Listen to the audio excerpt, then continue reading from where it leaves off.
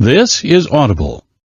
Penguin Random House Audio presents The Gifts of Imperfection, 10th Anniversary Edition. This is the author, Brené Brown. To Steve, Ellen, and Charlie, I love you with my whole heart. 10th Anniversary Note from Brené. It's been 13 years since my 2007 breakdown spiritual awakening, and a full decade since I wrote The Gifts. Life has been good. I mean, it's been so easy and just about perfect since I started cultivating all of the great practices on the Wholehearted list and letting go of all of the fear-based behaviors from the shit list that I write about in this book. It's as if once you work your way through these 10 guideposts, everything just falls into place. No more shame, no more anxiety, no more self-loathing, no more crushing busyness, no more never enough.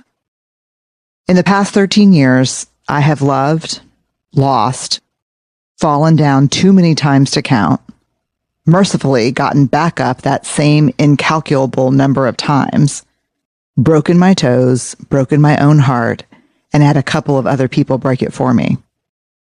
I dropped my daughter off at college, then stayed in bed crying for a week, fell back in love with Steve, questioned how Steve and I are ever going to stay married, and how we should split the albums during the divorce, wrote 4 more books, lost track of 1 million great ideas and found 10 good ones, buried people I love, including parents, watched Charlie turn into an amazing teenager, lost my first pet, bought reading glasses, white-knuckled my sobriety, discovered that my sobriety is my superpower. I planned interventions, wondered if I needed an intervention, fought for social justice, continued to uncover more of my work that I need to do, more areas of unacknowledged privilege. I moved houses, I started businesses, I shut down businesses, swam in several pools of low-grade depression, splashed around in my magic Lake Travis with the people I love the most, practiced gratitude for every single gift in my life, and pissed and moaned for so long about all of the smallest irritations that I actually got sick of hearing myself complain. It's been a full, amazing, hard as shit, beautiful 13 years. Most days, I describe it as a wonderful life with really painful patches.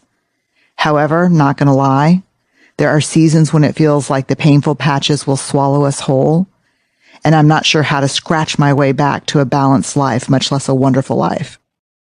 In fact, as I'm writing this, I'm quarantined with my family in the midst of the COVID-19 pandemic, and I'm getting ready for a podcast interview with Dr. Ibram Kendi on anti-racism.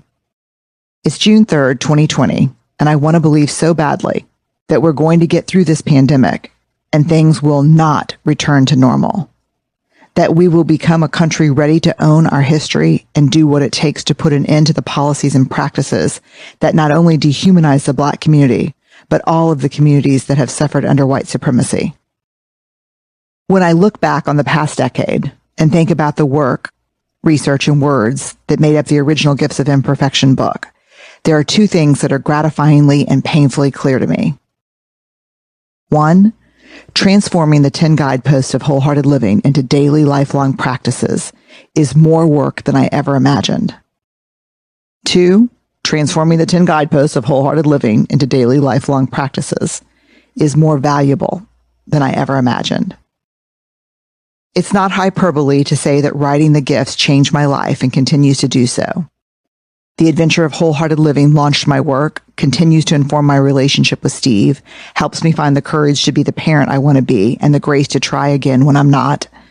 And most of all, this work continues to lead me back to myself, all of myself, the parts I love and the parts I've orphaned, and keep bringing back home so I can wipe their noses, bandage their skinned knees, and be whole.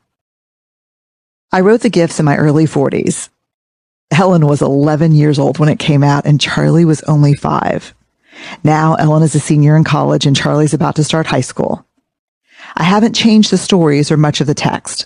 The lessons are the same, even though the kids are older. Steve and I have more wrinkles and gray hair, and some of the concepts have become the foundation of entire books. Integration. When we talk to the readers about the 10th anniversary